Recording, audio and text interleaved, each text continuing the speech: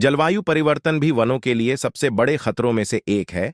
यह वायुमंडल में ग्रीन हाउस गैसों की सांद्रता में वृद्धि के कारण होता है, जिससे वनों की कटाई, जंगल की आग आदि होती है। पौधों को बढ़ने के लिए एक विशिष्ट तापमान की आवश्यकता होती है। जलवायु परिवर्तन के कारण तापमान में वृद्धि से पौधों और पेड़ों की वृद्धि प्रभावित होगी। वन्यजीवों का अवैध शिकार, वन्य जीवन और वन एक दूसरे पर निर्भर हैं। वन्यजीव जानवरों को जीवित रहने के लिए जंगलों की आवश्यकता होती है। पारिस्थितिकी तंत्र को बनाए रखने के लिए जंगलों को वन्यजीव जानवरों की आवश्यकता होती है।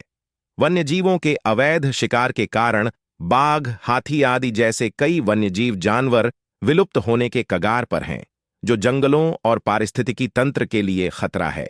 सड़कों और इमारतों का निर्माण, जंगलों के बीच सड़कों और इमारतों का निर्माण भी जंगलों और वन्य जीवों के लिए खतरा है।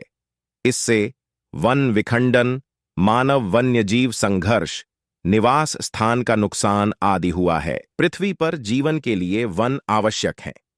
वे हमें ऑक्सीजन, स्वच्छ पानी, भोजन और पौधों और जानवरों की कई अलग अलग प्रजातियों के लिए घर प्रदान करते हैं। वन पृथ्वी की जलवायु को विनियमित करने में महत्वपूर्ण भूमिका निभाते हैं। वे वायुमंडल से कार्बन डाइऑक्साइड को अवशोषित करते हैं, जो जलवायु परिवर्तन को कम करने में मदद करता है। वन मानव स्वास्थ्य और कल्याण के लिए भी महत्वपूर्ण है। वे हमें आराम करने और प्रकृति से जुड़ने के लिए स्थान प्रदान करते हैं, जो हमारे मानसिक और शारीरिक स्वास्थ्य को बढ़ावा दे सकता है। दुर्भाग्य से जंगल चिंताजनक दर से नष्ट हो रहे हैं।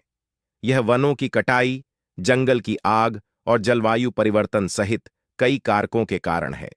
हमें वनों की सुरक्षा के लिए कदम उठाने की जरूरत है।